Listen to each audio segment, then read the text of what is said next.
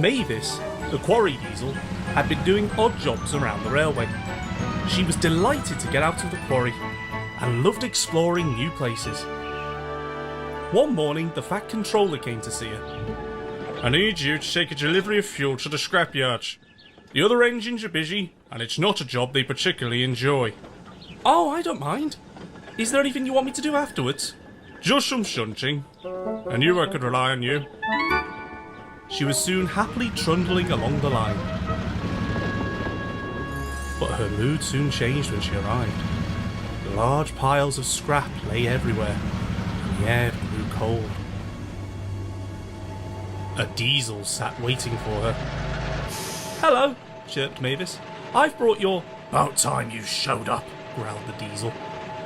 Mavis was standing no nonsense. "Excuse me, I'm right on time." "Are you calling me a liar?" "I'm sure you've been called worse," she said smugly, and she flounced away before the diesel could say another word. Later, she was shunting in the yard with Thomas. "I can see why you don't like going there." "Too right. "We're certainly grateful for—" Thomas was suddenly interrupted as the Fat Controller arrived. I thought I could rely on you to deliver fuel, but the scrapyard had showed me they haven't received any chankers." But I did, sir, honestly." "Perhaps you're not as ready for bigger jobs as I thought. You will return to the quarry until I can trust you again." With that, Mavis rolled sadly away. The next day, Thomas was telling Gordon all about Mavis. "I'm worried," he said. "This isn't like her." "Pah! She's only a small engine.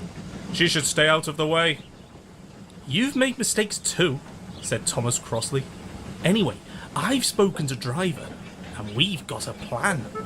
"A plan?" Gordon laughed. "You can't go gallivanting off. The yard needs sorting." "Well," said Thomas, "do you remember that alliance we had? Well, let's just say I owe you one." "What? Thomas, get back here!" That night, Thomas arrived at the scrapyards with a new train of fuel. The diesel smirked when he saw him. Well, well, well. Fuel and another steamer for the scrap heap. You'll look right at home here." But Thomas just smiled. "Have a good evening," and he puffed away. "I'll have a better one than you." He took the trucks to an old siding at the back of the yard. Next to them were the trucks that Mavis had brought.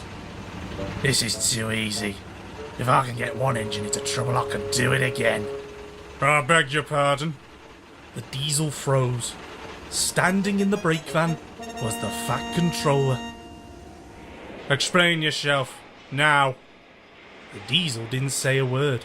He just stared at his buffers. "Very well. Return to your shed. I shall deal with you later."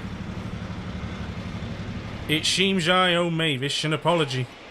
"Please, sir," said Thomas, "but I think I have an idea." The next day, the diesel was sent to work at the quarry, whilst Mavis went to the station. Waiting for her were Annie and Clarabelle. "We're your passenger train," they chimed. "I hope this makes up for my mistake," said the Fat Controller. "Oh, thank you, sir." "Don't thank me. Thomas here made things right." "Well, all in a day's work," Thomas smiled. The guard's whistle blew, and she happily set off. The Fat Controller suddenly had a thought. "Thomas, if you're here, who's doing your work?" "Well, I asked." Oh dear. "I know a song that will get on your nerves, get on your nerves, get on your nerves. I know a song that will get on your nerves, and this is how it goes. Thomas!"